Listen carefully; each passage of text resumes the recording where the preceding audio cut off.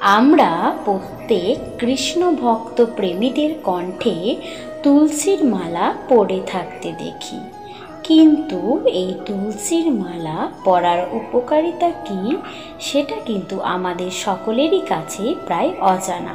তো সেই বিষয়ে আজ আমরা বলবো।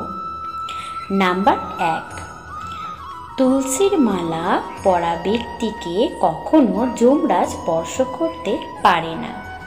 নাম্বার 2, যারা তুলসীর মালা কণ্ঠে ধারণ করে আছেন তাদের কোনোদিনও বজ্রপাতে মৃত্যু হয় না। নাম্বার 3, তুলসীর মালা যদি কেউ গলায় পরে থাকে তাহলে কোনোদিনও তার সর্পঘাতে মৃত্যু হয় না।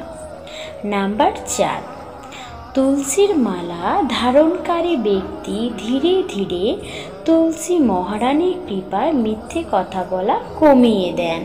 নাম্বার 5, তুলসীর মালা ধারণকারী ব্যক্তি স্নানের সময় তুলসীর মালায় যে জল পড়ে তা গড়িয়ে সর্বাঙ্গে যদি প্রভাবিত হয়, এর ফলে সেই ব্যক্তির শরীরও শুদ্ধ হয়।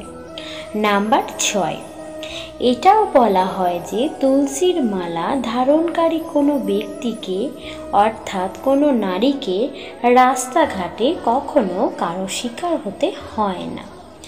তো আজকের আমাদের এই ভিডিও আপনাদের কেমন লাগলো? আশা করি সকল কৃষ্ণ ভক্ত প্রেমীদেরই ভালো লাগবে। তো ভিডিও যদি ভালো লাগে অবশ্যই আমাদের চ্যানেলটিকে সাবস্ক্রাইব করে ভিডিওটিকে লাইক করে কমেন্টে জয় শ্রীকৃষ্ণ লিখতে ভুলবেন না।